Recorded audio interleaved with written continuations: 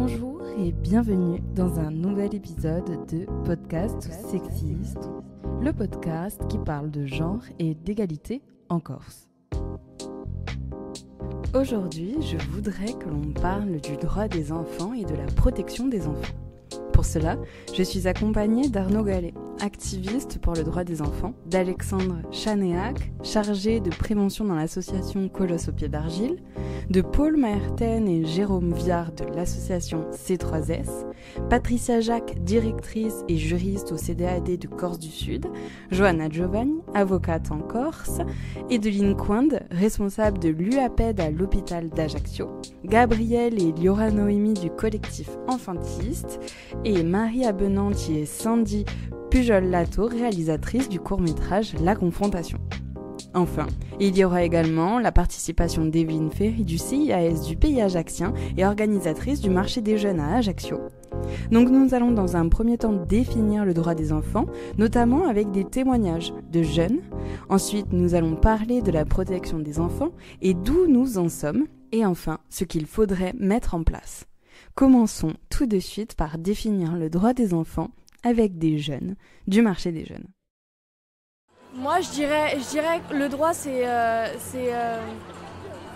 déjà c'est indispensable dans le monde parce qu'on a le droit de vivre, on a le droit de respirer, on a le droit de marcher. Le droit de l'enfant, le droit de voter,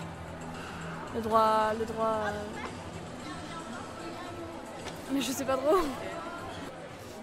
Les droits des hommes, des femmes, par exemple le droit de voter pour les hommes et pour les femmes, le droit d'expression, et voilà. Un droit, c'est quelque chose que normalement, logiquement on a, qu'on n'a pas besoin de demander pour avoir. De l'égalité homme-femme, qu'on doit être tous au même niveau et voilà. Je sais pas, c'est la liberté d'expression. C'est quand on a un droit, c'est quelque chose d'important, quelque chose qui nous appartient et quelque chose qu'on doit défendre aussi, un droit. Evelyne, tu es responsable du pôle animation au CIAS du pays ajaccien et l'une des organisatrices du marché des jeunes. Est-ce que tu veux bien nous en parler plus, s'il te plaît ?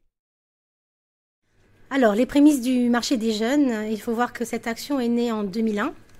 À l'époque, c'était une action quand on était encore que ville d'Ajaccio, qui était portée par la ville d'Ajaccio et les services de la ville d'Ajaccio, notamment du Centre communal d'action sociale et du service jeunesse. C'était vraiment une action qui était portée par les deux, avec un aspect, ce qui était vraiment le focus plus important, quoi faire autour des droits de l'enfant, comment sensibiliser enfants et parents à cette question. Et comment mobiliser les partenaires aussi qui puissent rencontrer plus facilement aussi les familles et les jeunes.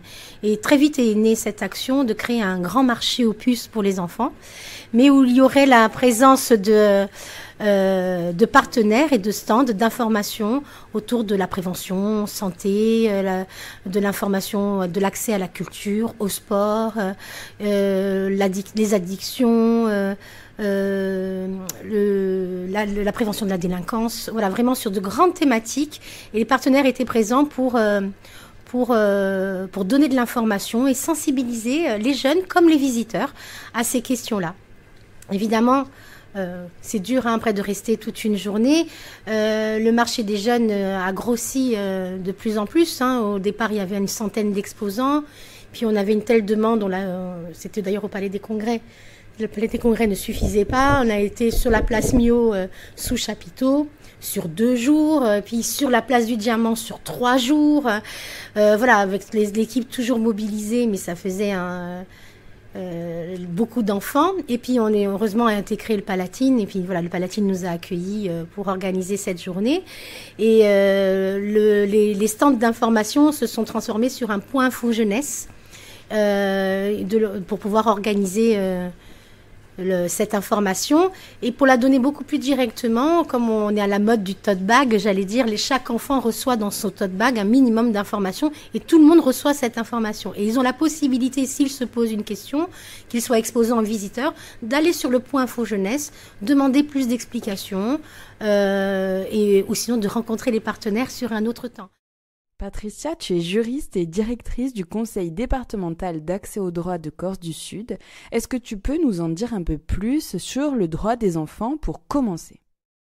On parle là de droits fondamentaux, c'est-à-dire le droit d'avoir un nom, le droit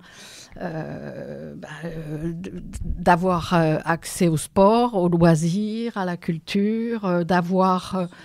aux soins surtout, voilà, donc vraiment des droits fondamentaux qui s'inscrivent, dont on parle moins quelque part dans notre pays parce qu'on pense que ces droits sont acquis, un droit à l'éducation. D'ailleurs, ici, les enfants, quand on les questionne, pensent plus que c'est un devoir et une obligation qu'un droit, alors que dans d'autres pays, longtemps, par exemple, les filles, et toujours aujourd'hui peut-être, ne vont pas à l'école, les garçons y vont. S'ils y vont, il y a des pays où ils n'y vont même pas. Pourquoi est-ce que l'on vient au CDAD et pourquoi est-ce que c'est important ? Toute personne peut venir au CDAD, s'informer sur ses droits, être orientée vers les services directement compétents, être aidée dans ses démarches. Donc nous, on est là pour faciliter ce parcours, puisque c'est souvent un parcours procédural. Dans toute situation, ce n'est pas aux personnes à avoir à qualifier elles-mêmes en fait, leurs problématiques pour trouver l'organisme compétent pour leur solutionner, parce qu'elles peuvent se heurter à ce qu'on appelle renvoi de guichet, puisqu'il y a une diversité, une richesse d'acteurs, autant institutionnel qu'associatif sur le territoire, et c'est très important de pouvoir connaître le champ de compétences aussi de chacun et de travailler ensemble en réseau, puisque réseau partenarial, puisqu'on se rend compte que le but, c'est de solutionner une situation. Il y a souvent différentes problématiques à l'intérieur de la situation d'une personne qui font appel à des champs de compétences différentes. Donc, le but, c'est de travailler vraiment ensemble en pluridisciplinarité dans l'intérêt, on dit de l'usager, du justiciable, peu importe, du citoyen. Je suis Johanna Giovagne, je suis avocate au barreau d'Ajaccio et à la cour d'appel de Bastia. On est tous avec les mêmes droits, mais au niveau du droit français et notamment du droit international, les enfants vont avoir des dispositions qui leur sont particulières pour la simple et bonne raison que ce sont des personnes qui sont beaucoup plus vulnérables, ce qui fait qu'on va étendre leurs droits par le biais de divers textes. Il y a notamment de nombreux traités qui ont été rendus pour la protection des droits des enfants. Et le traité le plus important, c'est le traité de protection des droits des enfants. Le traité le plus important au niveau international, c'est la Convention internationale des droits de l'enfant qui a été signée par les Nations Unies en 1989. Alors, je m'appelle Arnaud Gallet, je suis cofondateur de Move Enfant, qui est un mouvement de survivantes et de survivants de violences dans leur enfance et leurs alliés qui luttent activement contre toutes les formes de violence. J'ai moi-même été victime d'un double inceste et de différentes violences, etc. J'ai été membre également de la commission indépendante sur l'inceste et les violences sexuelles faites aux enfants et je suis anthropologue et j'ai une expérience dans le secteur de la protection de l'enfance. Alors Move Enfant, pour le présenter, moi je le dirais de manière très simple, c'est le Greenpeace de la protection de l'enfance. C'est-à-dire qu'à Move Enfant, on se dit que les solutions, on les connaît. C'est-à-dire qu'aujourd'hui, par exemple, les solutions, ça serait de faire... d'impulser une vraie culture de la protection des enfants.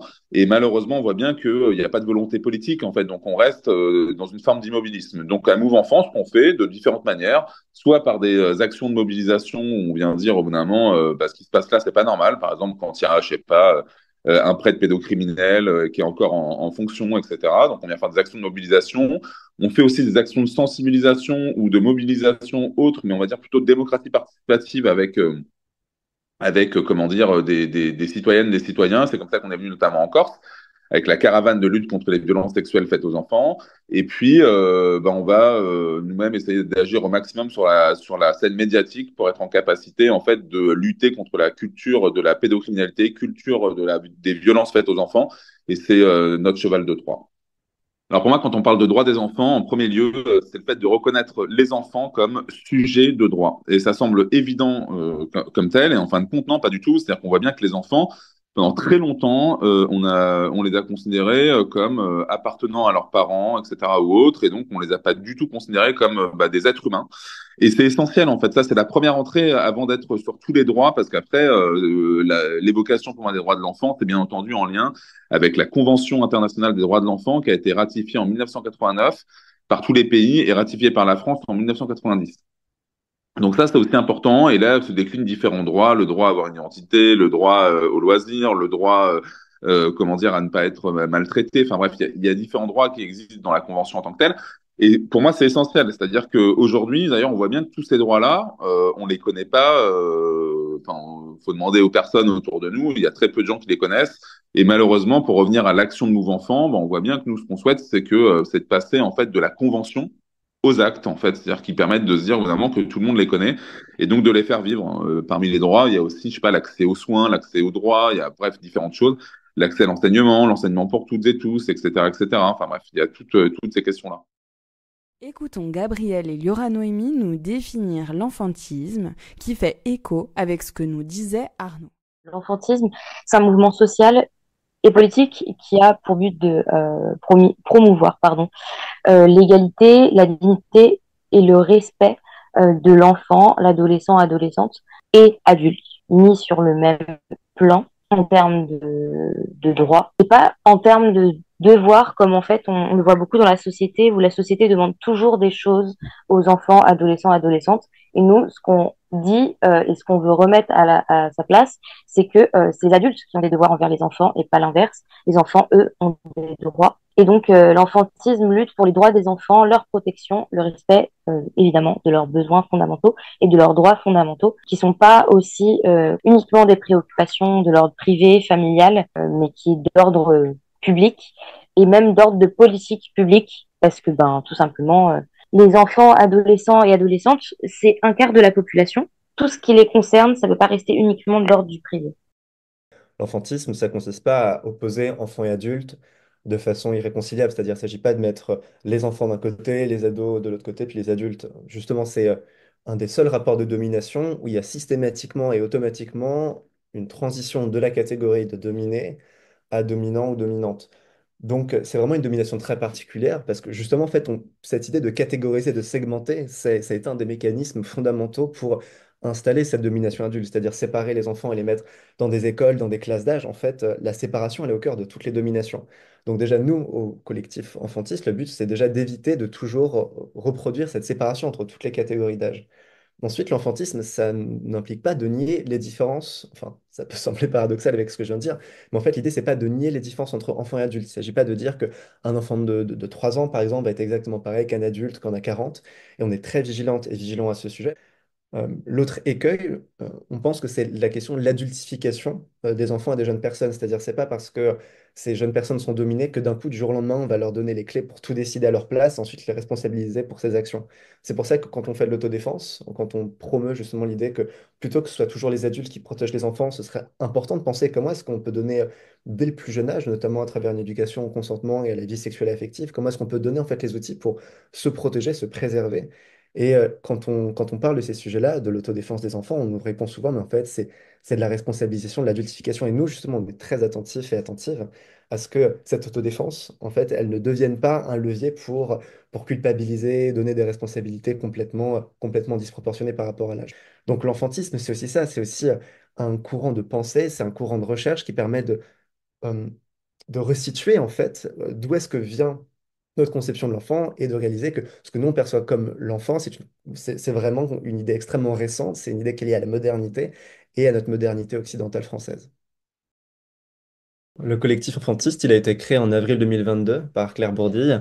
Et le but du collectif Enfantiste, c'est vraiment d'être un collectif d'activistes, c'est pas un format associatif, c'est des personnes qui sont réunies par un constat, celui qu'aujourd'hui les enfants, leurs droits et leur intégrité, leur dignité ne sont pas respectés dans la société. Et même si on pourrait penser que en France, on est dans une société qui est très avancée sur la question des droits des enfants, en fait, c'est absolument pas le cas. Du coup, nous nous sommes demandé ce que sont les devoirs et comment les jeunes les ressentaient. C'est comme si on me demandait quelque chose et que je exécute. Pour moi, c'est ça, un devoir. Être obligé de faire quelque chose. Ouais. Comme quoi? Faire quelque chose qu'on n'a pas forcément envie. Ouais. Droit, devoir, c'est différent. Et est-ce que c'est également différent selon qu'on soit un enfant ou un adulte? Les enfants et les adultes n'ont pas forcément les mêmes lois. Et donc à partir de là, on n'a pas les mêmes droits. Donc rien que ça change beaucoup de choses. Et on n'a pas forcément beaucoup de droits, nous. Ah oui? T'as pas le droit de quoi, par exemple? J'ai pas le droit de faire plein de choses. Comme j'ai le droit de faire plus de choses que les adultes. Il y a des différences, c'est ça? Les adultes, ils ont plus de droits que nous parce qu'ils sont plus grands et ils ont plus d'expérience. Des fois, les enfants, on est obligés de faire des trucs qu'on n'a pas envie parce que nos parents nous le demandent. Faire le ménage, on n'a pas forcément envie, on est obligé de le faire. Je pense que les droits des enfants sont un peu différents de ceux des adultes, car il y a certaines règles comme l'alcool, le tabac, qui sont destinées aux adultes, alors que les droits des enfants, ils n'ont pas vraiment accès à ça. Les enfants, c'est du loisir, des compétitions selon le sport, trucs comme ça. Par exemple, les enfants, ils n'ont pas le droit de conduire des voitures, de voter. Oui, parce que on est quand même sous le toit des adultes, donc on doit obéir à ce qu'ils nous disent. Et après, ça va nous aider dans notre vie. Les adultes, ils ont le droit de ne pas travailler parfois, de poser, de faire les congés. Alors que nous, on doit tout le temps aller à l'école, pas même à part si on est malade. Ils peuvent sortir quand ils veulent, alors que nous, on est obligé de rester à la maison. Oui, il y a une différence. L'enfant est plus innocent, l'enfant, c'est nous, plus petits. Donc c'est le droit, la différence, je dirais que c'est déjà... je sais même pas comment dire. Ça protège pas trop. Parce qu'il y a des droits, on dit que c'est pour protéger, mais ça fait l'inverse. Les ados, ils ont moins de droits que les adultes parce qu'ils sont mineurs. Donc du coup, y a une différence. Comme on n'a pas le droit de voter, nos parents ils sont là pour nous dire tu vas faire ci, ça, là. Que nous on n'a pas le droit de faire comme eux. On doit les suivre, mais pas tout à fait. C'est quand on atteint un certain âge qu'on peut avoir notre liberté et nos droits en fait. Enfin que les parents, ils assument, mais quand ils font des enfants, ce soit un devoir normal en fait. Enfin ce soit même pas un devoir, ce soit une normalité de protéger, d'éduquer ces enfants. Je me tourne vers vous, Patricia, Johanna. Dans la loi, qu'en est-il ? Oui, puisque un enfant est par définition mineur, donc il y a une différence. Alors après, on ne peut pas comme ça généraliser, mais il y a des droits fondamentaux, eux, qui sont les mêmes. Après, il y a le droit d'être entendu par un juge, par exemple. Maintenant, il n'y a plus une condition d'âge à partir de 13 ans. Alors, il y a des droits aussi qui protègent, parce que l'enfant est d'abord sous l'autorité parentale de ses parents et donc n'est pas totalement libre comme un adulte, puisqu'il a aussi des devoirs, notamment le code, on en parle encore, ça date du code Napoléon, mais un devoir d'obéissance. Oui, on se dit, mais non, oui, le devoir d'obéissance est inscrit encore dans le code. Donc, l'autorité parentale, elle est bien sûr en direction aussi des devoirs des parents pour garantir l'épanouissement, le développement, la protection de l'enfant, etc. Donc, bien sûr que c'est une responsabilité avant tout pour les parents, mais qui entraîne bien sûr des conséquences sur la liberté des enfants et sur leurs droits. Par exemple, au niveau de la justice, le principe par rapport à la loi, c'est que le mineur, il encourt la moitié de la peine, par exemple, prévue dans le code pénal pour un majeur. Donc, sa responsabilité est moindre aussi. Hein. Donc s'il a moins de droits, c'est parce qu'il a aussi moins de responsabilités, ce qui est normal, euh, au sens où c'est un adulte en construction et qu'il gagne en autonomie, donc en liberté, mais qui n'est pas encore acquise sous l'âge légal de la majorité qui est maintenant de 18 ans. Les adultes, on les considère responsables d'eux-mêmes et responsables des enfants qu'ils vont mettre au monde notamment. Les enfants, ce sont des personnes qui ne sont pas encore dotées de toutes leurs capacités, qui ne sont pas entièrement responsables et qui sont hyper vulnérables.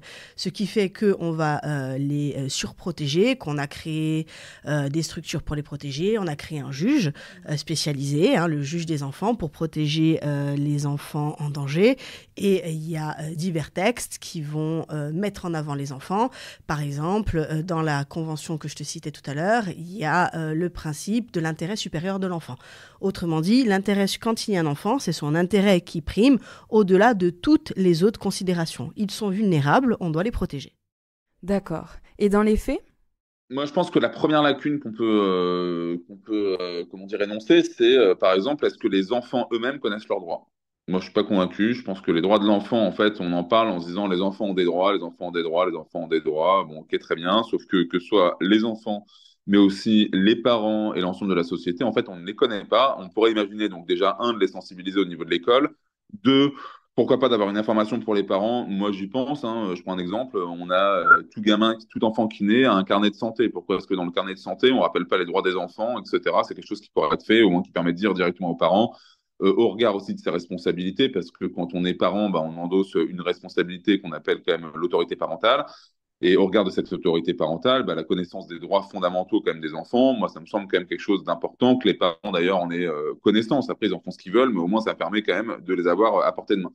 Aujourd'hui, en fait, il y a pas de sensibilisation là-dessus. C'est-à-dire qu'il y a des volontés individuelles d'associations, de personnes qui, sur les territoires, s'agitent avec force, avec beaucoup d'énergie sur ces questions-là, mais il n'y a pas une volonté politique structurelle au sens d'un État qui se dit au bout d'un moment, voilà ce qu'on doit mettre en place sur tout le territoire pour que tout le monde ait l'information. On pourrait imaginer, par exemple, que l'éducation nationale, qui rencontre quand même théoriquement tous les enfants de France, je dis théoriquement parce qu'il y a quand même des enfants en situation de handicap qui, encore aujourd'hui, n'accèdent pas à la scolarité, etc., alors que les enfants en situation de handicap sont parmi les plus vulnérables. Je rappelle que sur les violences sexuelles, ils sont 5 fois plus exposés aux violences sexuelles. Donc, mais néanmoins, on va dire que l'éducation nationale a quand même quasiment tous les enfants. Bah, pourquoi est-ce qu'il n'y a pas au bout d'un moment une volonté politique qui émane du ministère de l'Éducation nationale, de la ministre actuelle, de se dire, bah, au bout d'un moment, paf, on a un socle commun, tchac, on apprend aux enfants dans le cadre du programme scolaire leurs droits. Bon, bah, ça pêche, au même titre que ce qui pêche au niveau de l'éducation nationale aujourd'hui,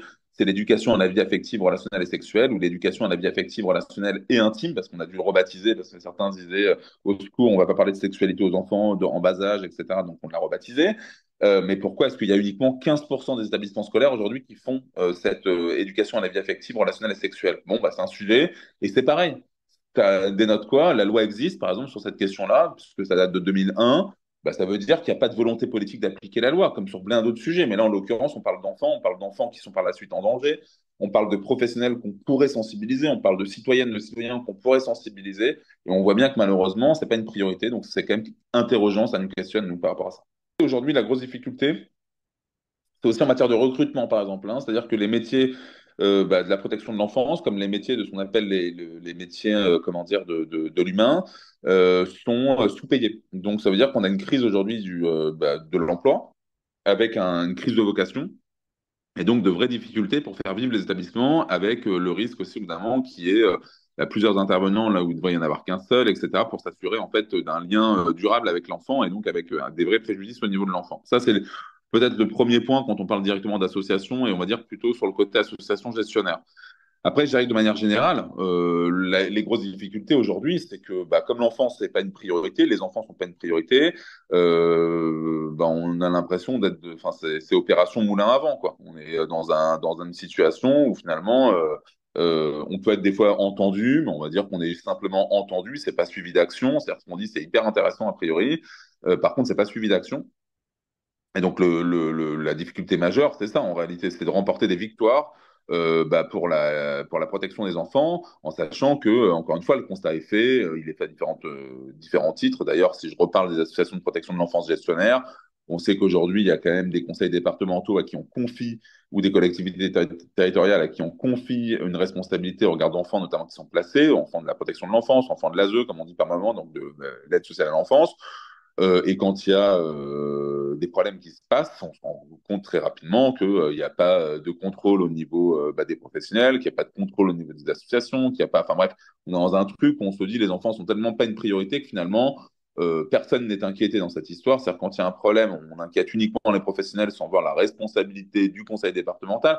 Donc, les problèmes en fait sont multiples, en fait, ils sont en cascade. Il y a un dysfonctionnement qui est systémique au niveau de la protection des enfants, mais qui se traduit en fait par des chiffres qui sont effroyables. C'est-à-dire qu'il faut se rappeler qu'en France, on parle de 160 000 enfants victimes chaque année de violences sexuelles. On parle d'un enfant qui meurt tous les 4-5 jours sur les coups de ses parents. On parle de 400 000 enfants qui sont victimes de violences conjugales. Bref, on pourrait multiplier en fait, comment dire, les chiffres et pour démontrer que les enfants ne sont pas une priorité et surtout que c'est le fruit tout simplement d'un dysfonctionnement systémique et d'un manque de volonté de l'État de pouvoir y remédier. Donc c'est ça le sujet en fait derrière, enfin pas que de l'État d'ailleurs, parce qu'après il y a des choses en cascade, le département, la région, etc. Mais quoi qu'il en soit, il y a une responsabilité tout en haut, c'est celle d'un État, de l'État français, qui devrait quand même théoriquement prendre à bras le corps quand même ce sujet-là. Et si ça dysfonctionne à des échelles, on va dire, autres, que ce soit la région, le département, une municipalité, voire une école ou autre, et au moins qu'on puisse agir. Or, aujourd'hui, personne n'agit et on se retrouve dans quelque chose qui est quand même un no man's land et qui est quand même très inquiétant pour les associations de protection de l'enfance au sens noble du terme. On écoute Paul Maerten, coordinatrice de C3S, qui dispense notamment des sensibilisations sur la vie relationnelle, affective et sexuelle. Donc les droits de l'enfant nous concernent toutes et tous. On est un pays doté d'un cadre législatif solide pour protéger les mineurs. Pourtant, force est de constater que ce cadre, aussi ambitieux soit-il, ne se traduit pas toujours par une réalité vécue sur le terrain. On sait qu'actuellement, la cause nationale est la santé mentale. C'est une avancée indéniable. Mais comment pouvons-nous parler de santé mentale sans aborder les violences que subissent trop d'enfants, des violences qui laissent des traces indélébiles sur leur psychisme ? Il est mis en pratique, mais avec des failles. On voit que, par exemple, on sait, avec les chiffres, qui sont de plus de 165 000 enfants victimes de violences sexuelles sur le territoire national, bien que le souci, c'est que ce fléau, en quelque sorte, est considéré comme un problème individuel. Or, il doit être traité comme un enjeu, comme un problème de santé publique, puisque les conséquences de ces violences sexuelles intra- ou extrafamiliales sont multiples et aussi durable. On peut parler de troubles psychiques, de difficultés relationnelles, de comportements à risque et de problèmes de santé tout court. Donc la question est de se poser pourquoi ne faisons-nous pas de la protection de l'enfance une priorité absolue et pourquoi les moyens alloués à la prévention et à la prise en charge des enfants victimes sont-ils autant insuffisants ? Parce que la problématique est la même, notamment en France, c'est qu'on a fait beaucoup de textes, c'est qu'on a beaucoup de principes. Je dirais pas qu'on a un manque de volonté, mais j'irai peut-être pas jusque-là, mais en tout cas, il y a un manque de moyens qui est flagrant. C'est-à-dire que dans toutes les dispositions qui sont mises pour la protection des enfants, il faudrait mettre du personnel qui est qualifié, surqualifié, en nombre. Et ce n'est absolument pas le cas. Au niveau de la justice, on a certes des juges qui sont extrêmement compétents, extrêmement diligents, mais on a des délais d'audiencement qui peuvent être longs. Et avant d'arriver devant le juge des enfants, il y a tout un système derrière qui peut être extrêmement long. Donc je dirais que sur le papier, on fait tout pour protéger les enfants parce qu'on a parfaitement conscience que ce sont des êtres vulnérables qu'il faut protéger les enfants. Dans la réalité, et le ton monte de plus en plus, on dit que les enfants ne sont pas protégés, qu'il n'y a rien qui est fait pour que la parole de l'enfant soit véritablement prise en considération. Et c'est vrai qu'à l'heure actuelle, je trouve qu'il y a beaucoup de paroles et pas assez d'actions. Alors l'adultisme, c'est l'oppression des adultes, pour faire simple, l'oppression des adultes envers les jeunes personnes. Donc c'est un système d'oppression systémique. C'est que l'adultisme, il est partout. L'adultisme, ça va être au supermarché, quand on voit des parents qui s'énervent sur leurs enfants parce qu'ils sont en train d'attendre depuis 5 minutes. Ça va être dans les ascenseurs, dans les bibliothèques, dans les salles de cinéma, quand il n'y a pas de ressort pour les enfants. Par exemple, c'est dans les campings, puisqu'aujourd'hui en France, il y a des campings qui sont interdits aux enfants. Alors ça ferait hurler pour n'importe quelle autre catégorie de la population.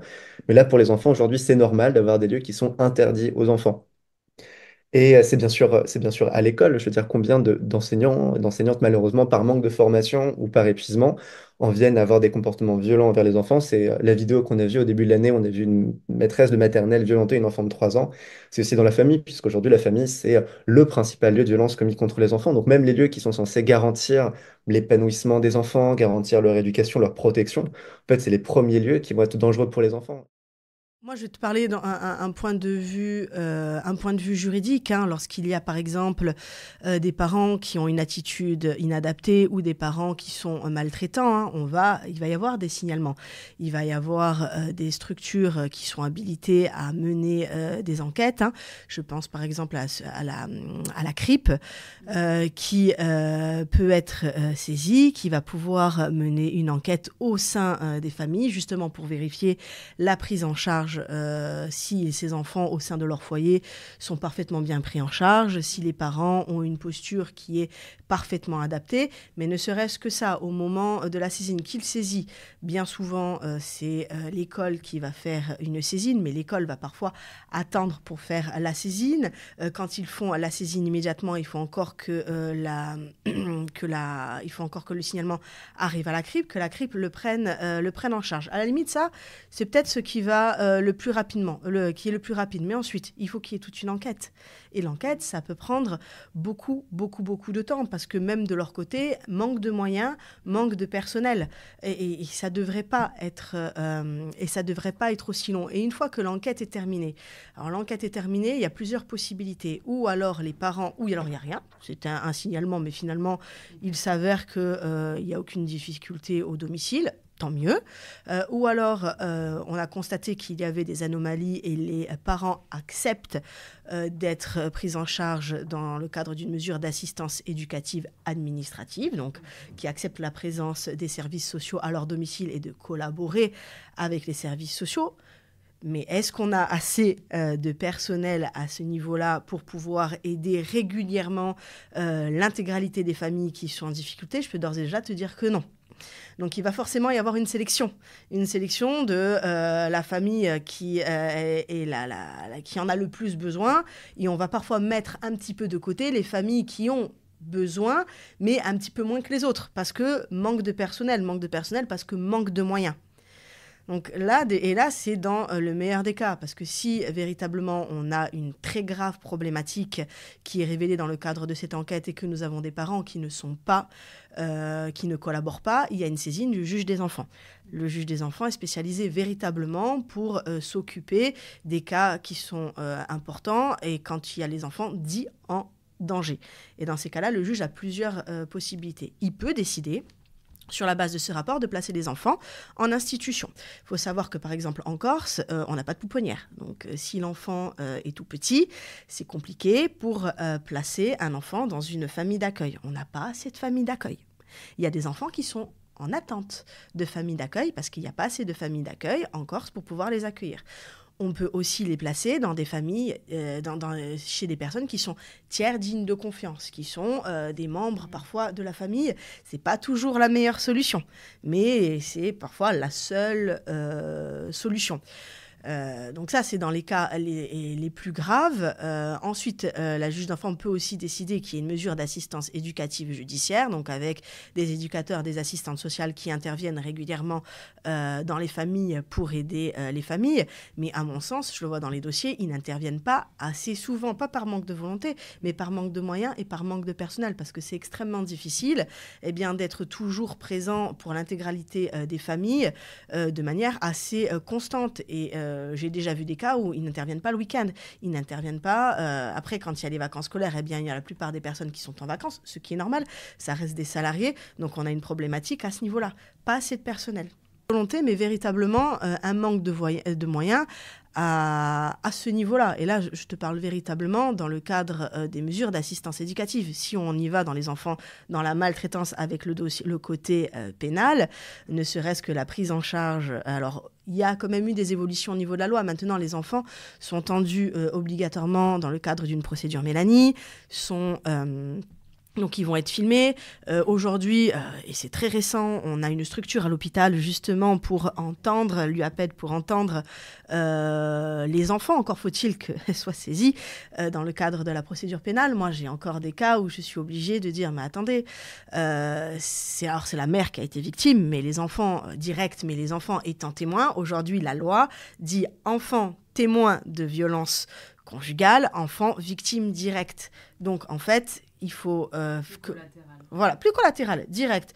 Donc, à partir du moment où ils sont victimes directes, on les traite comme des victimes directes et on leur permet justement d'aller voir un médecin pour avoir un certificat médical. Mais je suis encore obligée de batailler pour ça. On ne le fait pas, et notamment dans les cadres des procédures d'urgence. On ne va pas directement constituer les enfants en qualité de victimes. C'est devenu une obligation. Mais quand c'est en urgence, ils ne le font pas. Ils ne le font pas. Donc, on se retrouve encore dans des situations où les enfants ne sont pas encore considérés automatiquement comme victimes dans ce type de procédure. On est encore dans le cadre où, quand on a des enfants qui osent dénoncer des faits, eh bien, on va remettre immédiatement en question leurs paroles, sans prendre le temps de les envoyer vers diverses structures pour que ces enfants soient entendus. Parce qu'un enfant qui parle, c'est un enfant déjà qui est en souffrance. À partir du moment où un enfant est en souffrance, il ne faut pas essayer de comprendre le pourquoi du comment. Il faut d'ores et déjà l'écouter, le protéger. Et ensuite, éventuellement, essayer de trouver les raisons pour lesquelles cet enfant est en souffrance. Il ne faut pas remettre sa parole en question. Il faut l'aider justement pour permettre à cette parole de se libérer, de développer, de le mettre en sécurité. Aujourd'hui, ce n'est pas fait. On va dire, l'enfant a parlé, allez, c'est pas trop crédible, vu ce que me dit le papa, vu ce que me dit la maman, allez, on va classer sans suite. Trop de plaintes concernant les enfants sont classées sans suite beaucoup trop facilement. Là aussi, est-ce que c'est un manque de volonté ou un manque de moyens ? Je suis quand même assez optimiste. J'aurais tendance à dire que c'est un manque de moyens parce qu'on n'a pas le temps justement de... Peut-être aussi un manque de formation. Mais aujourd'hui, j'ai un peu du mal à le croire parce qu'il y a tellement de prévention, on essaye tellement de mettre les choses en avant que je me dis qu'ils n'ont pas le temps. Un officier de police judiciaire n'a peut-être pas le temps de traiter un dossier qui concerne les enfants comme il devrait être traité. Donc, c'est compliqué et on arrive dans des situations qui sont extrêmement complexes avec des enfants qui sont en souffrance, avec des situations dans des familles graves qui vont se cristalliser et ça va devenir de plus en plus dramatique et des enfants qui vont souffrir dans le temps, ce qui ne devrait pas arriver. Il y a ce qu'on appelle le concept, mais c'est une loi sur l'enfance en danger. L'enfance en danger, c'est interprété au sens large. Ce n'est pas seulement les enfants battus, entre guillemets, mais bien sûr, ça les inclut. L'enfant est juridiquement considéré comme une personne vulnérable. Ce n'est pas un qualificatif. Moi, c'est pour ça que j'aime bien dire toujours que ce soit en situation de handicap ou en situation de vulnérabilité. Quand il y a de la violence dans le cadre intrafamilial, il faut savoir que les lois sur qui répriment effectivement les violences conjugales et intrafamiliales, justement, on parle d'intrafamilial, c'est-à-dire que même quand l'enfant n'est pas la cible directe des violences, le seul fait d'en être témoin, pour lui occasionne un préjudice et est une violence, le seul fait d'en être témoin. Après avoir qualifié le droit des enfants, avoir vu la différence qu'il pouvait y avoir avec le droit dit des adultes, nous avons parlé d'un système de domination et de violence envers les enfants. D'un côté, il y a les violences ordinaires, les violences dites éducatives qui peuvent aller jusqu'aux violences physiques et psychologiques. D'un autre côté, on parle de domination, donc on parle malheureusement des violences sexuelles, et les violences intrafamiliales représentent 44% des plaintes pour violences physiques et sexuelles, soit 160 000 personnes par an, dont 41 000 mineurs. On parlait d'intersectionnalité avec Gabrielle et Liora Noémie du collectif Enfantiste, mais plus on accumule de facteurs qui sont discriminés par la société, plus on est victime de violences. Les femmes en situation de handicap sont 2 fois plus victimes de violences sexuelles que les femmes sans handicap. Ce que je vous propose à présent, c'est de voir ce que l'on peut utiliser comme moyen pour diminuer les violences faites aux enfants, mais également en général. Premièrement, nous sommes convaincus par l'importance de la sensibilisation. Ces 3 S, avec Paul et Jérôme, sensibilisent dès le plus jeune âge à la vie affective, relationnelle et sexuelle qui participe à l'émancipation des jeunes. Ça les aide à connaître leurs droits, à respecter ceux des autres, à poser des limites et à respecter leur corps et celui d'autrui. Ensuite, nous avons l'association Colosse au pied d'argile qui sensibilise dans les clubs sportifs notamment. On écoute Alexandre en parler. L'association Colosse au pied d'argile a été créée en 2013 par le fondateur Sébastien, qui a été victime de violences sexuelles étant jeune. Sébastien est un ancien joueur de rugby professionnel et c'est pour ça qu'au début l'association travaillait beaucoup et intervenait beaucoup auprès des jeunes sportifs, qui est maintenant, aujourd'hui, on intervient de partout, dans les collèges, dans les lycées, dans les écoles primaires, toujours dans les clubs, bien sûr, ou comme au CREPS, par exemple. Comme aujourd'hui, on fait beaucoup de sensibilisation et de prévention, donc auprès des jeunes et des éducateurs. Puis après, on a un pôle d'accompagnement des victimes pour aider chaque victime qui se présente à l'association. Donc on les accompagne tant sur le point psychologique que sur le point juridique, avec toute une équipe composée de 2 psychologues et une juriste. En quoi consistent les sensibilisations et les préventions ? Le but, c'est de discuter avec les jeunes du sujet, présenter l'association et leur expliquer qu'on peut tous être victimes de violences sexuelles. Ça peut arriver avec des personnes qui sont tout autour de nous aussi, qui sont victimes et qui peuvent être aussi agresseurs. Donc l'objectif, c'est de parler que leur corps est à eux. Surtout, on définit avec eux ce qu'est les parties intimes, parce que souvent ils n'arrivent pas forcément à tout identifier, même si le message final c'est votre corps vous appartient et personne ne peut le toucher sans que vous soyez d'accord. Donc on a toujours cette notion de consentement qui va avec, et ensuite selon l'âge on peut rentrer un peu plus dans les détails, notamment où on va parler de la stratégie de l'agresseur. Pourquoi est-ce que les personnes ne parlent pas, quels sentiments il peut y avoir chez la victime, pourquoi est-ce qu'elle ne réagit pas aussi. La sidération est un des mécanismes psychiques de la victime, et finalement il n'est pas très bien compris par les jeunes quand on leur dit qu'il est possible de ne pas réagir. Donc c'est vrai que tout ça c'est important de le mentionner avec eux, comme les conséquences qu'il peut y avoir sur chaque victime. Pourquoi c'est important de leur parler de tout ? Aujourd'hui on le voit dans l'actualité, malheureusement il y a encore un spot qui passe à la télé du ministère qui parle d'un jeune qui serait victime tous les 3 minutes de viol, d'agression sexuelle ou d'inceste. Donc ce qui signifie que chaque fois qu'on intervient dans des classes, dans des groupes sportifs, automatiquement on est face à des victimes qui n'ont potentiellement pas libéré la parole. Donc c'est pour leur dire que les adultes sont là pour les écouter avant tout, et qui peuvent en parler, qui doivent pas avoir, même s'il y a un sentiment de honte ou de culpabilité qui peut être très présent chez les victimes, on est là pour les écouter et les croire. Quand on parle il y a le ministère des Sports qui a créé la plateforme Signal Sport depuis quelques années, et on voit qu'aujourd'hui 80% des violences qui sont signalées sont des violences sexuelles. Ok, c'est énorme. C'est énorme. Donc du coup, ça veut dire qu'on est dans le sujet. Alors après, il y a d'autres types de violences. Il doit y avoir de la maltraitance, des violences physiques, des violences verbales, bien sûr. On parle beaucoup des violences qu'il peut y avoir, le supporterisme et tout ça. Mais majoritairement, c'est des violences sexuelles. C'est continuer d'en parler. Du moment où on n'en parle plus, ça va revenir en quelque sorte. C'est mettre des moyens auprès des éducateurs, des professeurs même. Il y a de plus en plus d'actions qui sont mises en place pour protéger les jeunes. Il y a les actions EVARS dans le milieu scolaire pour parler de ce sujet-là. Je pense qu'il y a 20 ou 30 ans, on n'a jamais parlé de sexualité à l'école. Donc déjà, avoir des intervenants de différentes associations qui viennent pour en parler, ou même avoir des professeurs qui peuvent en parler, ou en tout cas c'est dans le programme. Je pense que déjà c'est une belle avancée. Maintenant, plus on en parle, mieux ce sera en quelque sorte. Et c'est mettre des moyens pour permettre d'avoir ces interventions-là. Et d'accompagner les victimes aussi. Parce que c'est encore un coût aujourd'hui pour certaines victimes d'aller jusqu'à le dépôt de plainte, tous les frais qu'il peut y avoir derrière. Donc il y a des associations comme Colosse qui les accompagnent, mais c'est pas le cas pour tout le monde tout le temps. Comment faire pour sensibiliser la société civile, les parents ? Alors, si c'est une personne qui encadre des jeunes, il peut y avoir des sensibilisations, comme on peut faire avec Colosse. c'est adapté à tous les âges, notamment.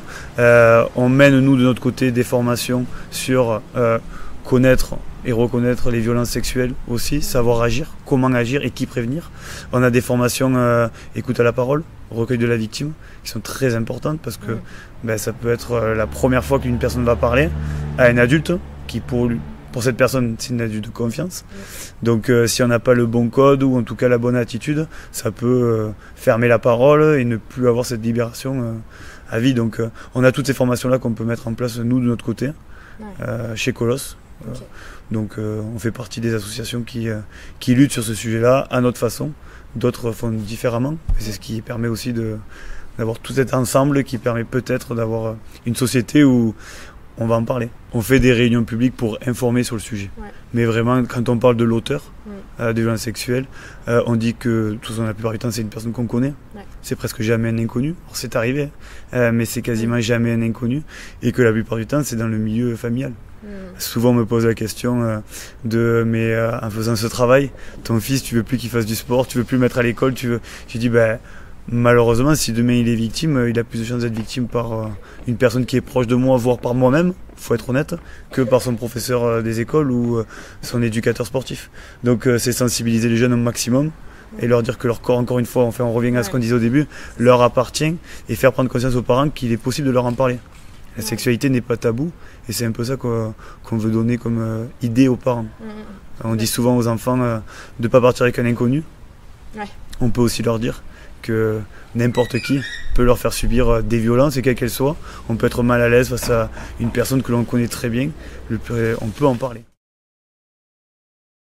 Comme on le dit avec Alexandre, la sensibilisation auprès des plus jeunes sert à prévenir ce qu'il pourrait arriver, leur donner des moyens pour agir contre, mais malheureusement, ça sert aussi à identifier des enfants victimes et les accompagner potentiellement. On écoute à ce sujet Edeline Coinde qui va nous parler de l'UAPED, qui est utile une fois qu'il y a eu des violences, malheureusement. Donc, je m'appelle Edeline Coinde, je suis pédiatre à l'hôpital depuis longtemps et j'ai ouvert récemment une structure qui s'appelle une UAPED, une unité d'accueil pour les enfants en danger suite à la demande de l'ARS et c'était des demandes en fait nationales que soient créées ces unités sur tout le continent. Historiquement, les premières choses qui ont débuté sont en fait la création de salles Mélanie, qui étaient des salles d'audition, donc des salles judiciaires en fait, intramuros dans l'hôpital, de façon à que les enfants qui devaient être auditionnés puissent être auditionnés dans une structure plus neutre que la gendarmerie ou la police nationale, et donc au milieu de l'hôpital, avec la possibilité derrière de faire effectivement des examens cliniques et somatiques si nécessaire. Donc ça, c'était le premier jalon. Il y a quelques années, j'avais essayé de créer ça dans l'ancien hôpital et vu les locaux, je n'avais pas vraiment réussi, mais il y avait toujours cette petite idée en tête de créer quelque chose comme ça. Donc dans le nouvel hôpital, au moment de l'élaboration effectivement des plans, j'avais mis cette salle Mélanie en me disant voilà. Mais je n'avais pas anticipé qu'entre-temps, les choses évoluaient et qu'en fait, c'est plus qu'une salle Mélanie dont on a besoin pour une UAPED. C'est des salles de consultation, c'est des salles, effectivement, c'est une équipe pluridisciplinaire derrière. Donc l'UAPED, à l'heure actuelle, donc il y a cette salle d'audition qui est du coup excentrée par rapport au reste de l'unité. Et l'unité, on a 2 salles de consultation, un secrétariat, une salle d'attente, donc c'est pas très grand. Notre fonction, c'est de recevoir la plupart des enfants en danger. Alors, c'est sur réquisition la plupart du temps. On pourrait les recevoir aussi sans réquisition et faire nous-mêmes effectivement le signalement derrière. Mon souci personnel, c'est que je suis le seul médecin de l'unité. Donc, si je ne signale, je ne peux plus expertiser. Parce que je ne peux pas être les deux, juge et partie. Je ne peux pas dire il y a un problème, mais oui, je confirme que j'ai bien vu un problème. Enfin, c'est un peu compliqué. Donc voilà, dans cette unité, donc on peut du coup examiner les enfants sur le plan somatique, sur réquisition. Donc dans la plupart du temps, c'est programmé parce que nous n'avons pas les effectifs suffisants pour avoir un système de garde et il n'y a pas de médecine légale adulte suffisamment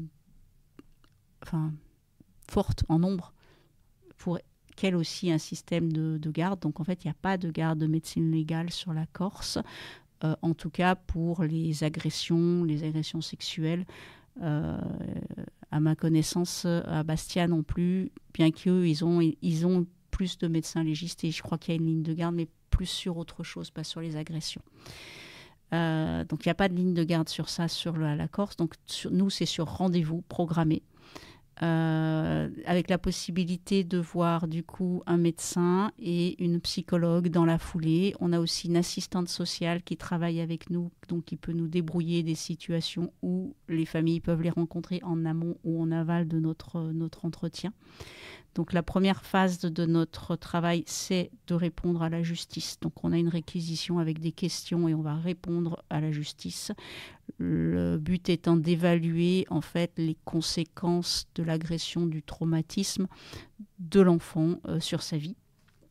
Et effectivement, pour aider la justice à mieux évaluer les conséquences, sachant que la même agression sur deux personnes différentes n'ont pas la même conséquence. Donc nous, c'est notre job. Notre job, en fait, c'est de déterminer ce qu'a l'enfant. Si nécessaire, par la suite, on a la possibilité de soit le revoir cliniquement s'il y a un problème somatique, il faut qu'on explore, parce qu'au départ, je suis quand même pédiatre avant de faire ça. Et l'autre possibilité, on a des psychologues, effectivement, qui revoient les enfants dont on a évoqué qu'ils avaient un syndrome post-traumatique pour les aider initialement, jusqu'à ce qu'on trouve un relais en ville. Depuis votre ouverture en mars, combien d'enfants avez-vous accueillis ? On a vu une 50aine d'enfants. Un tiers des cas sont des violences intrafamiliales, un tiers des cas sont des violences sexuelles et le reste c'est des violences extrafamiliales, donc ça fait un 6e de violences extrafamiliales et à peu près un 6e de harcèlement scolaire. C'est à peu près ce qu'on a sur nos premiers chiffres. Ce sont que nos premiers chiffres. Je ne sais pas comment ça va évoluer. Je fais des réquisitions depuis longtemps, puisqu'en fait, avant, cette unité n'existait pas, mais les enfants avaient quand même besoin d'être examinés. Et les choses qui apparaissent de novo, pour moi, sont vraiment les choses de harcèlement scolaire. J'en avais jamais vu avant 1 ou 2 ans. Je les voyais pas. Je ne les recevais pas. Je ne sais pas s'il y avait des ports de plainte ou pas, mais en tout cas, il n'y avait pas d'examen clinique ni psychologique derrière. Par nous, par l'hôpital. Je ne sais pas s'il y avait des examens psychologiques ailleurs, mais pas par l'hôpital. Et comment sont pris en charge les enfants ? Alors, comment on le prend en charge ? Donc, on a une super secrétaire qui s'appelle Claire, qui les ont à la famille au téléphone, commence à un petit peu leur expliquer ce qu'il en est. Et c'est elle qui les reçoit effectivement quand ils arrivent. Donc elle leur montre les locaux, elle leur explique qu'ils vont être reçus par un médecin et une psychologue. On peut aussi avoir des auditions suivies de réquisition et dans ces cas-là, elle accueille la gendarmerie qui va effectivement réaliser l'audition. Elle ouvre la pièce, voilà. Donc c'est la première phase d'accueil. Après, la deuxième phase, c'est souvent moi et une psychologue. On fait rarement les choses séparément. Alors, le binôme, on les voit toutes les deux. Il y a 2 psychologues et moi, mais on les voit toutes les deux, mais pas tout le temps ensemble. De temps en temps, les psychologues prennent un temps avec l'enfant avant, en tête-à-tête, et puis dans un deuxième temps, il y a l'examen, et moi, je rediscute avec les enfants. Et de temps en temps, on les voit d'emblée toutes les deux ensemble. On n'est que des femmes dans l'unité. Les enfants sont donc pris en charge au niveau médical, mais également au niveau judiciaire. Et alors, comment est-ce que ça se passe au niveau de la justice, Johanna ? Alors, ça dépend. Il y a plusieurs possibilités, moi, en qualité d'avocate, d'intervenir quand on me signale une problématique au sein d'une famille. Bon, déjà, il y a la plainte s'il y a une infraction pénale.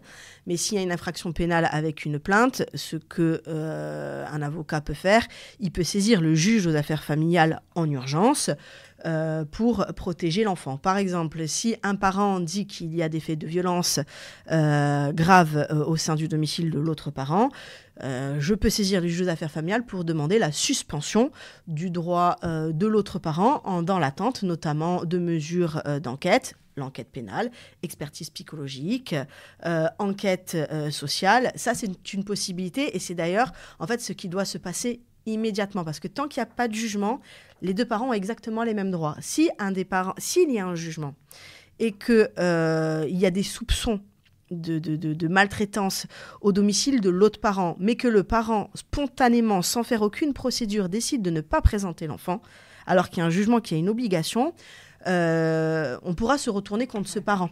Donc, il faut agir très rapidement. Il y a des procédures en urgence, hein. C'est-à-dire qu'il y a la procédure dite à bref délai. Je dépose la requête, je suis autorisée à signer à bref délai. En 15 jours, j'ai une date. En 15 jours, j'ai une date. Ce qui est quand même un délai extrêmement court. C'est-à-dire qu'en 15 jours, s'il ne présente pas l'enfant, c'est 15 jours. Ce n'est pas 2 ans, 3 ans.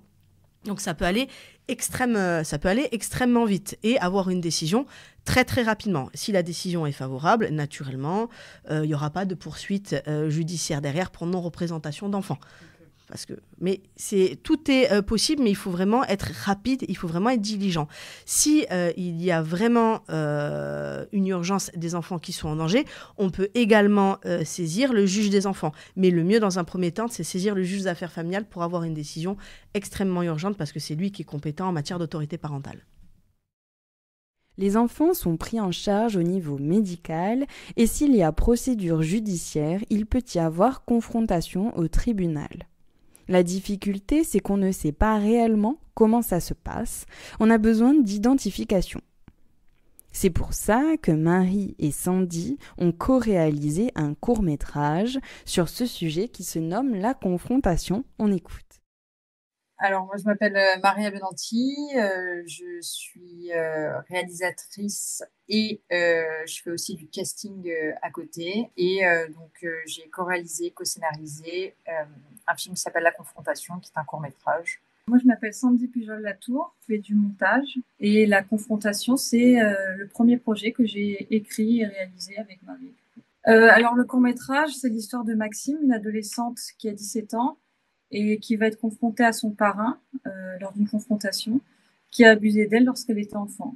Et le film se situe sur une après-midi, et le film dure 29 minutes, et la confrontation dure à peu près 20 minutes dans le film. Et c'est un huis clos, c'est-à-dire qu'on sort jamais du commissariat. Une confrontation, quand même, il faut savoir qu'on est enfermé dans une pièce avec la personne qui nous a fait du mal. Là, en l'occurrence, dans notre film, c'est son parrain. Il lui a fait du mal quand elle était enfant. Ce sont des faits anciens. Donc, c'est la parole de l'un contre la parole de l'autre. Et du coup, nous, ce qui nous a intéressés là-dedans, c'est que la confrontation, donc on la voit pas beaucoup au cinéma. Et quand on en entend parler, on ne sait pas vraiment ce que c'est. Donc, mettre ça en scène, ça permettait aussi de montrer aux victimes ce que c'est. Donc, par quoi on passe, parce qu'une confrontation, c'est très, très dur. Encore une fois, on est enfermé avec notre agresseur et on ne peut pas en sortir. On est dans un commissariat en plus. Un commissariat, c'est loin d'être accueillant. Enfin, voilà, il y a tout ce... Et puis surtout, ce qui se passe, c'est... là, il s'agit de la brigade des mineurs, donc c'est des faits qui sont produits quand la victime était enfant. Il y a quand même une forme d'emprise sur la victime et quand elle revoit la personne qui l'a agressée ou violée lorsqu'elle était enfant, à partir du moment où elle revient où elle arrive dans cette pièce, c'est comme si elle avait à nouveau l'âge des faits. C'est-à-dire qu'elle se sent vraiment, nous, comme c'est de ses 9 ans à ses 12 ans, elle a l'impression d'avoir 9 ans, d'être une petite fille, une petite enfant, et tout au long du film, en fait, elle va grandir, en fait, au cours de ce moment-là. Et à la fin, elle va se retrouver, se recentrer et être la Maxime de 17 ans. Parce que moi, en faisant ce film, je me suis demandé qu'est-ce qu'on pourrait faire pour que ça aille mieux, pour que les choses changent. Et c'est bête, hein, mais quand on vivait à Paris, les enfants, ils avaient des simulations d'attentats et ils se préparaient à l'éventualité qu'il y ait un attentat. Et ils disaient c'est le grand méchant loup qui arrive et ils se cachaient. Enfin, on leur apprenait tout ça. Et par contre, il n'y a aucune sensibilisation sur les violences faites aux enfants, les violences sexuelles faites aux enfants, alors qu'on a beaucoup plus de risques en tant qu'enfant de subir ces agressions-là que d'être victime d'un attentat. Et du coup, je me demande mais pourquoi en fait on ne le fait pas. Et je pense que, en tout cas, ce qui serait intéressant, parce que j'écoutais des podcasts pendant toute la préparation du film, même après, et il y a une association qui est super, qui parle des violences éducatives ordinaires et à quel point ces violences-là, elles ont un impact sur la possibilité d'être victime. Parce qu'en fait, les agresseurs, ils sont pas idiots, ils choisissent pas leur proie n'importe comment. Et un enfant, si on l'a habitué à obéir quoi qu'il arrive, à subir des violences, à être habitué à subir des violences, c'est plus une potentielle victime que quelqu'un qui subit pas du tout ça. Et je trouverais ça intéressant qu'en école primaire ou même en maternelle, il y ait une sensibilisation des parents aux violences éducatives ordinaires. Et ça arrive à tout le monde d'avoir un geste, d'avoir une parole, parce qu'on est fatigué, parce que plein de choses. Mais de se rendre compte de l'impact que ça peut avoir sur l'enfant. Quels sont les principaux obstacles pour la justice, Johanna ? Le système lui-même, il fonctionne pas. Il fonctionne pas. On a tous les outils possibles et inimaginables pour aider les enfants, mais ils sont pas mis en place. Donc parce que toujours manque de moyens. Alors, on a la possibilité de placer un enfant en famille d'accueil, mais il n'y a pas de famille d'accueil. On a la possibilité de placer un enfant en institution, mais il y a manque de place au niveau institutionnel. On a la possibilité d'entendre les enfants dans le cadre de procédures qui permettraient de les sécuriser et de les faire parler, mais on ne va pas saisir ces juridictions, ces institutions, parce qu'on veut aller vite, on veut une réponse pénale rapide. Donc on ne va pas prendre le temps de les faire aller voir un médecin, parce que le temps que le médecin rende le rapport, on n'aura pas la réponse. C'est toujours pareil. C'est le système lui-même, en fait, qui se parasite. Est-ce qu'il s'agit d'un manque de volonté ? En tout cas, au niveau de la justice, je sais qu'il n'y a pas de sous. Donc oui, c'est un manque de volonté au niveau de l'État. L'État devrait privilégier, donner plus de moyens à la justice pour que ça aille plus vite. Donc oui, un manque de volonté. Ils préfèrent mettre les sous ailleurs. Ils préfèrent discuter pendant des heures à réformer l'intégralité de notre droit, alors que s'ils commençaient à appliquer les textes qui existaient déjà, on a quand même de quoi protéger les enfants. Donc c'est simple. À chaque fois qu'il y a une problématique, oh mon Dieu, ça s'agite au niveau du gouvernement, on va créer des textes, mais si on appliquait les textes qui existaient déjà, les enfants seraient en sécurité. Ouais. On a des difficultés, et encore, je trouve que ce qui concerne les enfants, on est vraiment dans une situation qui est très inquiétante. Très inquiétante, parce que malheureusement, parfois, on est obligé de laisser les enfants dans des familles maltraitantes parce que manque de solutions. Manque de solutions. Donc ça, c'est grave. Bon, l'exemple le plus récent que l'on a vécu par personne interposée, c'est que nous avons dû signaler une mineure victime d'attouchement sexuel de la part de son grand-père. Et donc, on fait le signalement et la petite est reçue par une psychologue victimologue expert près des tribunaux. Et donc, cette psychologue reçoit la jeune fille et très rapidement, dans l'échange de cette expertise, la psychologue lui dit « Mais dis-moi, est-ce que tu n'exagères pas un petit peu les faits ?»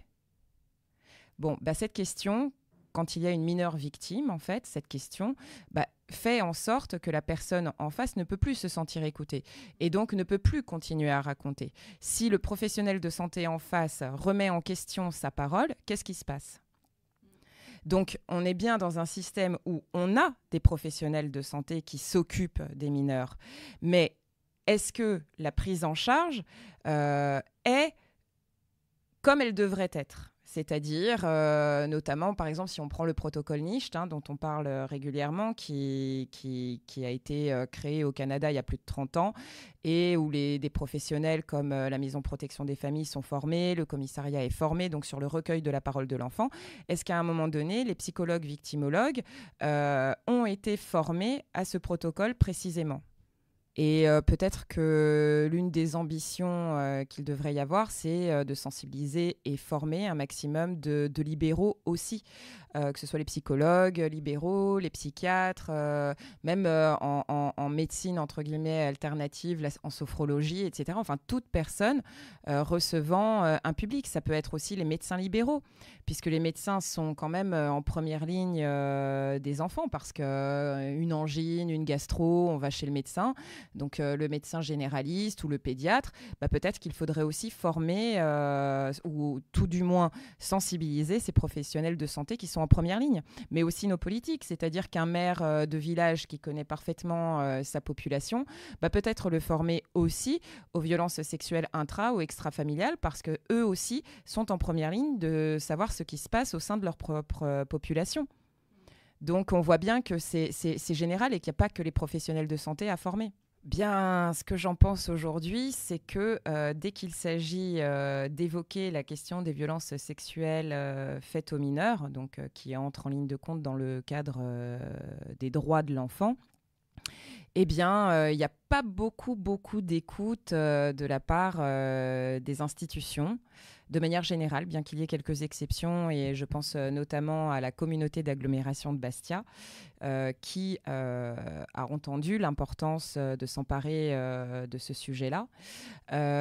Mais on voit que chacun travaille un petit peu de son côté, et que lorsqu'il s'agit de rassembler pour justement améliorer, eh bien, on a toujours les mêmes, c'est-à-dire les acteurs de terrain, que ce soit du social, du médico-social, de la santé, de la justice, mais que les grands absents restent les institutions dont, normalement, il serait le rôle, à mon sens, encore une fois, d'être ce fameux chef d'orchestre pour l'amélioration des parcours. Je vais reprendre une phrase qui m'est restée du docteur Jean-Marc Benkemoun, donc expert près des tribunaux, pédopsychiatre, avec lequel on a travaillé pendant un moment et qui a travaillé sur le territoire et qui continue aussi de travailler sur le territoire, en tout cas auprès des mineurs victimes.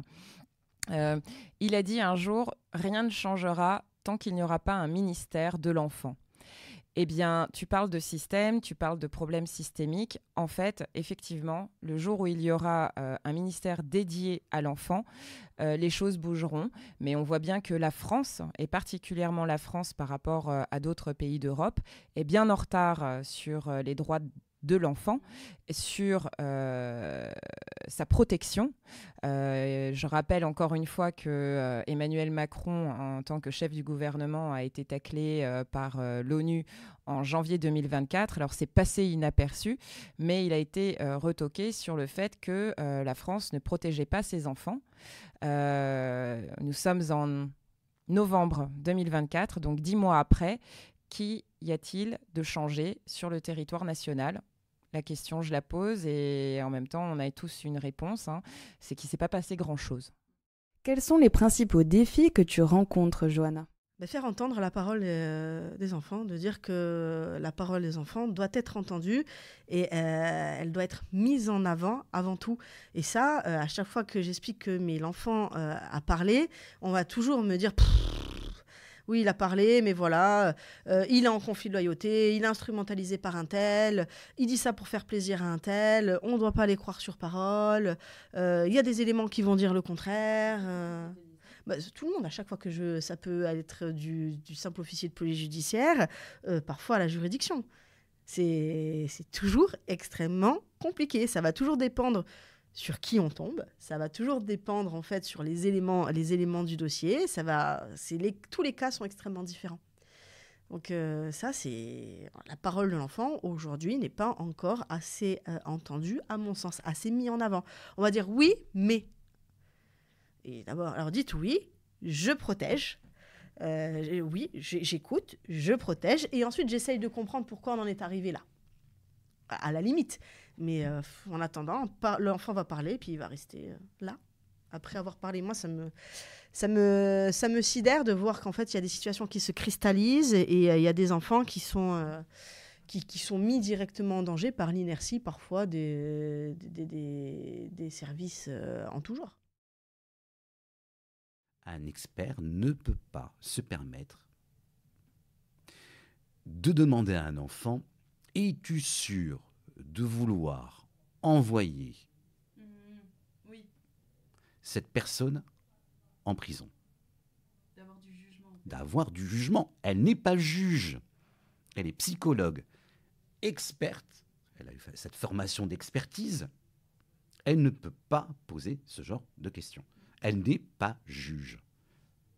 Elle fait partie d'une liste d'experts psychologues auprès du tribunal. Et elle est nommée, elle peut même refuser sa mission, et elle est rétribuée. C'est tout ce qu'on lui demande, d'apporter une lecture, de prendre les dires de l'enfant. Trop d'enfants encore actuellement passent en dessous les radars. Il n'y a pas d'écoute, en fait. On manque de repérage. Un enfant qui a déjà fait la démarche dans ce cadre de maltraitance a déjà été broyé par cette maltraitance. Ça ne sert à rien d'avoir une double peine en plus dessus. Un enfant broyé ne peut pas subir un deuxième état de cause par les institutions. On ne peut pas le broyer une deuxième fois, avec tout son parcours anciel, la police, le parquet, les jugements et la reconstruction. On oublie de parler de la reconstruction d'un enfant broyé. Il y a le fait aussi, et malheureusement, de la lenteur administrative. On aime rajouter des strates, des couches au millefeuille. C'est inconcevable qu'entre le repérage et la prise en charge, le traitement. Le repérage, le traitement, l'aide médico-judiciaire, toute la mise en place prennent autant de temps pour arriver à un jugement, à une peine. On parle de violence conjugale et de violence faite aux femmes encore aujourd'hui. Encore aujourd'hui. C'est-à-dire qu'encore à ce jour, des tribunaux jugent des criminels. Mais trop de temps passé entre l'acte et le jugement. Sans qu'il y ait application. Et il n'y a aucune application. Écoutez les enfants, parce que quand un enfant parle, c'est un enfant qui souffre. Et un enfant qui souffre, il faut le protéger, le préserver. C'est notre obligation à nous en tant qu'êtres humains, en tant qu'adultes et aussi en tant que professionnels. Qu'est-ce qu'il faudrait faire pour améliorer la situation ? Dans améliorer la situation, on entend sensibiliser pour qu'il y ait moins de violence, détecter les enfants en danger et ou malheureux, faire en sorte que les enfants soient crus et protégés. Et par protéger, on entend par la justice, les structures d'accueil et par le milieu médical également. Moi, la protection de l'enfance, je le verrais plus dans l'amélioration, je le verrais plus dans un changement d'éducation. C'est-à-dire qu'effectivement, que dès tout petit, on apprenne à tout le monde que le corps de l'un, c'est le corps de l'un et que ce n'est qu'à lui. Que effectivement la violence n'est pas un système pour répondre quand on est agressé, psychique, verbalement. C'est-à-dire si je te dis quelque chose de désagréable, t'as pas à me retourner une claque en fait. Donc je pense qu'effectivement il y a des choses éducationnelles effectivement à changer. Il y a à prendre en charge aussi toutes les personnes qui ont été victimes de psychotraumas, je dirais avérés ou non, ou en tout cas qui se ressentent victimes parce qu'on sait qu'une personne psychotraumatisée va avoir des problèmes de gestion de stress et sa descendance qui n'a pas été psychotraumatisée, probablement aussi. Et que cette personne qui a été victime a plus de risques de faire tout un tas d'autres maladies qu'on dit somatiques, du style du diabète, de l'hypertension, des problèmes pulmonaires, secondairement effectivement à ce psychotraumatisme et indépendamment de d'autres facteurs. Donc il y a plein de choses à faire, mais moi ça me semble tellement immense que je saurais pas par où commencer et j'admire les personnes qui continuent de se battre entre guillemets. Moi de temps en temps j'ai l'impression d'être Don Quichotte face à un moulin à vent quoi. Ça me semble tellement énorme le truc à faire que que voilà, j'admire les personnes qui baissent pas les bras, qui ne baissent jamais les bras et qui retournent à l'attaque. Il y en a, et je sais pas si j'en fais partie, mais en tout cas, non, moi j'ai pas la sensation d'en faire partie, hein, mais j'admire énormément ces personnes-là. Oui. Alors, qu'est-ce que je ferais si j'avais une baguette magique? Si j'avais une baguette magique, bah, je dirais dans la totale cohérence avec comment dire, les missions que nous a confiées Emmanuel Macron, à savoir la commission indépendante sur l'inceste et les violences sexuelles faites aux enfants. Et bah, ce que je ferais, c'est que j'appliquerais en fait les 82 préconisations de la Civise avec bah, des choses qui sont en lien avec donc, la prévention, la protection, le soin, l'accompagnement, la prise en charge des agresseurs, etc. Bref, 82 préconisations pour changer le système. C'est-à-dire qu'il faut bien avoir en tête que c'est pas uniquement une préconisation prise au hasard parmi les 82, mais c'est bien les 82 qui permettent de tout changer, d'appliquer les 82 préconisations. Alors après, parmi ces préconisations-là, on peut dire il y en a certaines qui sont assez des mesures fortes, qui font un peu débat, comme par exemple la question de l'imprescriptibilité, qui est essentielle, c'est-à-dire l'imprescriptibilité des crimes sexuels et agressions sexuelles sur mineurs, en se disant communément, si on veut renvoyer un message en fait de lutte contre l'impunité, bah, effectivement, il faut parler de l'imprescriptibilité, qui permet en réalité non pas des agresseurs qui sont déjà aujourd'hui laissés libres, pas hors de danger, justement, parce qu'ils peuvent représenter un danger pour la société, mais je dirais qu'ils n'ont aucun risque bien souvent d'être en prison. Hein. Je rappelais les chiffres tout à l'heure, donc 3% des agresseurs condamnés, moins de 1% en cas d'inceste. Là, en l'occurrence, ça permettrait aussi, avec cette mesure, par exemple, d'imprescriptibilité, d'être en capacité d'envoyer un message fort aux agresseurs pour dire qu'à tout moment, est-ce qu'ils peuvent répondre de leurs actes, et puis au-delà de ça, d'améliorer aussi les moyens d'enquête. Et on voit bien que les techniques d'enquête ont considérablement besoin de moyens. Donc oui, moi, je dirais que c'est une mesure phare. Et puis, j'en ferai, si tu me permets, un bis qui me semble aussi important. Donc, on n'a pas assez parlé au niveau de la Civise. Et moi, celle-là, elle me tient particulièrement à cœur.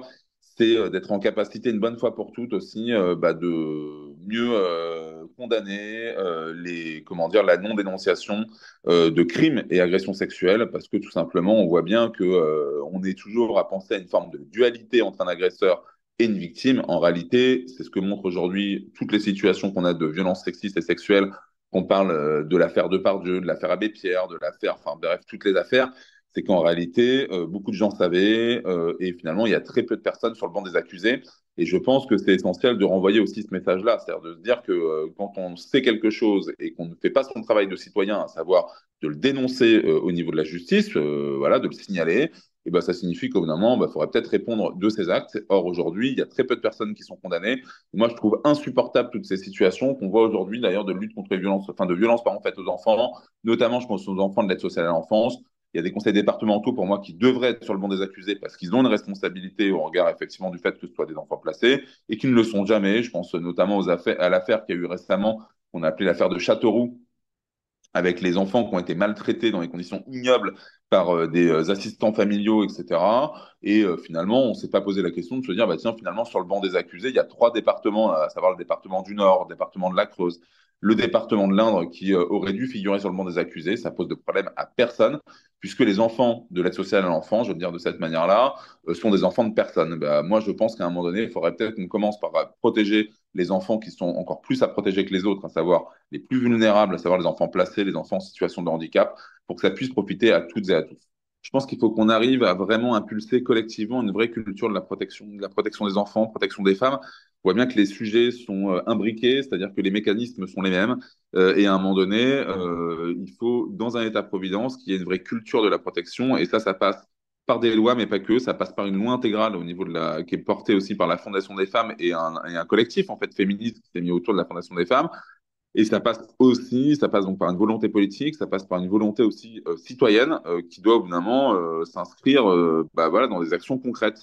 Pour aller très, très vite sur le sujet, on voit bien que tout le monde est contre les violences faites aux enfants, tout le monde est contre les violences faites aux femmes, et pourtant dans les faits, elles augmentent de manière considérable. Et donc à un moment donné, si on veut qu'elles diminuent, il nous faut à minima effectivement des actions concrètes et être en mesure de mesurer justement et d'évaluer ces actions-là. Or aujourd'hui, la culture de l'évaluation Elle n'est pas du tout à l'ordre du jour. On le voit bien d'ailleurs, je rappelais tout à l'heure, au niveau de la protection de l'enfance et des établissements sociaux et médico-sociaux. Mais de manière générale, on n'évalue pas forcément comment les politiques publiques agissent en fait concrètement sur le terrain. Et c'est dommageable, c'est préjudiciable en fait aux enfants, c'est préjudiciable aux enfants devenus grands, c'est préjudiciable à toute la société. Et à un moment donné, c'est bien là-dessus, en réalité, qu'il faudrait pouvoir agir. Alors, nous, ce qu'on considère comme une société enfantiste, c'est une société où, évidemment, euh, qui ne prône pas, comme là c'est à l'heure actuelle, euh, la violence et la domination fondée sur l'âge. Parce que là, on a une société qui est plutôt adultiste qu'enfantiste. Et donc, nous, on demande l'inverse de ce qu'on a à l'heure actuelle. On demande une société enfantiste. Donc, on demande le respect des enfants, des adolescents, adolescentes et des jeunes personnes, globalement, avec une égalité de dignité et de respect. Et notamment, ça passe aussi par le fait d'arrêter d'infantiliser les jeunes personnes. Où en fait, il y a une infantilisation totalement banalisée, qui est dite bienveillante, mais qui est pour autant toxique. Où en fait, cette banalisation, ou pas, pardon, cette infantilisation-là, elle va passer par plusieurs biais. Ça va être autant, et donc c'est toxique parce que autant ça va être la double silenciation des jeunes personnes, où par exemple, les jeunes personnes ne sont pas, elles ne sont pas invitées à partager le moment de réflexion sur des décisions qui les concernent. Et, euh, et sinon, l'infantilisation se trouve aussi sur beaucoup d'autres choses, dont notamment la manière aussi de parler aux jeunes personnes. Et on demande aussi, pour une société enfantiste, il faudrait un changement très profond des institutions, de toutes les institutions qui prennent en charge autant les enfants, les très jeunes enfants et les adolescents et adolescentes. Par exemple, les crèches, les écoles qui ne sont pas toujours adaptées. Notamment, si on parle de la question de l'école, on a un système qui est très adultiste où l'enfant et l'adolescent, l'adolescente n'est pas suffisamment invité à être actrice de sa scolarité, actrice de la vie aussi de l'établissement et aussi niveau des punitions qui peuvent être données à l'école, comme l'école, etc., où en fait, c'est pas quelque chose qui est constructif. C'est quelque chose qui ressemble plus à des violences éducatives ordinaires. En fait, une colle, grosso modo, c'est un peu comme un time-out, très différent, certes, mais c'est un peu pareil sur la manière de fonctionner. Et donc, s'il y a des violences éducatives ordinaires, bien évidemment que l'école ne peut pas être bienveillante envers les enfants, adolescents, adolescentes. Le profond changement des institutions, c'est valable aussi pour les hôpitaux, et notamment les services de pédiatrie, où il y a un double problème quand on regarde les hôpitaux et les services de pédiatrie. Déjà, il y a un manque de moyens très criant, parfois plus criant que pour les services adultes. Et en plus, on a dans les mêmes services de pédiatrie parfois des professionnels qui ne sont pas suffisamment formés sur toutes les tranches d'âge. On peut avoir des professionnels qui vont être plus formés sur l'aspect les très jeunes enfants. Et en fait, c'est pas la même chose d'avoir un très jeune enfant et avoir une adolescent, adolescente. Et évidemment que si on n'est pas dans un espace qui est adapté à ces adolescents, adolescentes, ben, on ne pourra pas non plus répondre à leurs besoins spécifiques. Du coup, puisque ben, les besoins spécifiques qui sont connus de base, c'est plutôt pour les jeunes enfants, alors que ben, il faudrait étendre ça plus autant pour les jeunes enfants que les enfants et les adolescents adolescents. Ce qu'il faut aussi dans une société enfantiste, c'est que les jeunes personnes puissent vraiment participer à la vie publique et à la vie citoyenne et démocratique. Une personne qui a été victime, ce n'est pas déjà une identité en soi. On n'est pas victime, on a été victime de quelque chose. Donc ce n'est pas son identité. Et qu'effectivement, si ce n'est pas son identité, moi je considère que c'est un accident de parcours. et que les personnes peuvent avoir une très belle vie derrière ces accidents de parcours. Donc effectivement que toute personne qui a été victime doit se rattacher effectivement à ça. Je pense qu'on a plein d'exemples à la télé de gens qui disent ah ben moi quand j'ai été enfant j'ai été victime et en même temps je suis un grand reporter, j'ai fait une carrière dans la télé, j'ai fait une carrière dans les médias, donc c'est possible, ce n'est pas ce qui doit nous définir, ce n'est pas ce qui doit nous définir. Par contre, ça doit être sanctionné quand même si ça ne nous définit pas. Les droits sont universels et non négociables, et les droits des enfants sont fondamentaux. Un enfant n'est pas un bien, une propriété. C'est une personne en construction qui a besoin de ses parents et de la société pour se développer. Ces droits reposent sur 4 principes.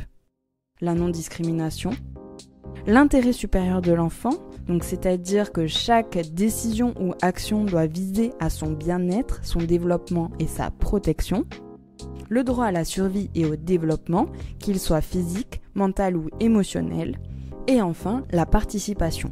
Les enfants ont le droit d'exprimer leur opinion sur les décisions qui les concernent et d'être entendus. Ça s'appelle aussi le consentement, Pour faire un petit rappel, forcer un enfant à faire un truc qu'il ne veut pas, sous principe qu'on sait mieux que lui, c'est pas ouf. Et qui dit droit des enfants dit forcément devoir pour les parents et toute personne gravitant autour des enfants. Les droits sont aussi liés à l'identité, la santé, l'éducation, la protection et au jeu et à la culture. On rappelle que un enfant meurt sous les coups de ses parents chaque semaine. En 2022, 40 000 enfants ont été signalés comme étant en danger. 160 000 enfants sont victimes de violences sexuelles chaque année, dont 77% de ces violences sont exercées dans un cadre familial. Les enfants en situation de handicap ont 3 fois plus de risques d'être victimes de violences sexuelles. Un enfant sur 7 est victime de violences dans un cadre sportif. Et enfin, ne pas minimiser la cyberviolence qui est l'un des facteurs principaux de la dépression ou du suicide. À travers l'éducation à la vie relationnelle, affective et sexuelle, on brise le silence et on réduit les risques d'isolement des enfants. La formation des professionnels est essentielle pour que le reste de la chaîne fonctionne. Dans professionnel, on entend professeurs, médecins, etc. Des dispositifs existent pour protéger les enfants, comme le numéro national 119. Les associations et organismes importants dans la protection des enfants et l'accès aux droits sont mentionnés en description de cet épisode. Un grand merci à nos intervenants et intervenantes pour leur participation. Merci à vous de nous avoir écoutés. Partagez cet épisode autour de vous et pensez à nous laisser 5 étoiles ou un petit j'aime sur l'épisode. Ça nous sert énormément. Je vous dis à très vite pour un nouvel épisode et surtout suivez-nous sur nos réseaux sociaux et sur nos chaînes de podcast pour ne surtout pas manquer le prochain épisode. À presto!